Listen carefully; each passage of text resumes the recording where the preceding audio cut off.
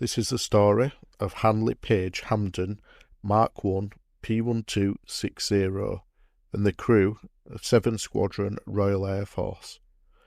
On the 1st of January 1940, the crew were on a daytime cross-country navigation exercise from RAF Upper Hayford. They flew to Blackpool and then out over the Irish Sea.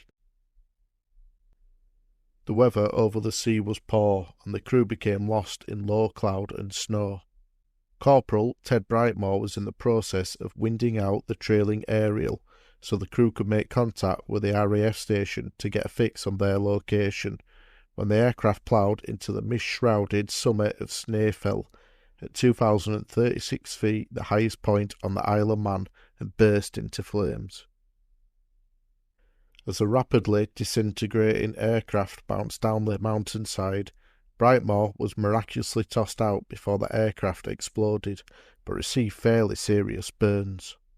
He wrote a letter to Harry Jacobson in 1990 and describes what he can remember of the event. "I remember a terrific thump and tearing sound, and being drenched in petrol, a big explosion, rolling into some snow, which must have put out my personal fire and saved my life." After badly burned, Corporal Brightmore struggled in the snow, eventually reaching the farmhouse home of Miss Jessie Cottier, some 2 miles away. A search and rescue party from Isle of Man Air Base, RAF Derby, including Harry Jacobson, was mobilised to find a downed aircraft. With the assistance of Miss Cottier, who directed the rescue party, the party were able to locate the wreckage of the bomber, which was strewn across a mountainside, and found the charred bodies of the 3 crewmen who had not survived the crash.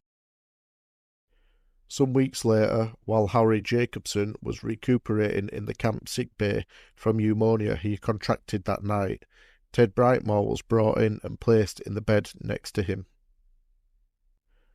Harry Jacobson said, "This badly burned airman was put in the bed next to me. I watched the orderlies dress his hands with Vaseline gloves every 2 hours. We both left hospital on the same date. He had his mother with him, and this is the last I saw of him." As a result of Brightmore's 1990 letter to Harry, the pair met again 55 years later in 1995. When together, they paid a visit to Snaefell, where remarkably they were also able to meet again with Jessie Cottier, then 92 years old. The director of Snaefell Mountain Railway gave permission for the train to stop near the summit, where they laid a reef and where pieces of aircraft had remained to that day. Brightmore was treated in Ramsey for 3 months before being transferred back to Upper Hayford, where he was placed on non-flying duties. He was also later treated by Dr. McIndoe, the plastic surgeon whose patients became known as the Guinea Pig Club. The crew who died in the crash were buried in various cemeteries across the UK. Pilot Officer Horace MACGREGOR is buried at Pinner Cemetery. He was just 19 years old. Sergeant Robert James Bailey, who is buried at Baldham Whitburn Cemetery, who was also 19 years old. And Sergeant Thomas Owen Dennis, who was laid to rest at Birkenhead Flaybrick Hill Cemetery, aged 28.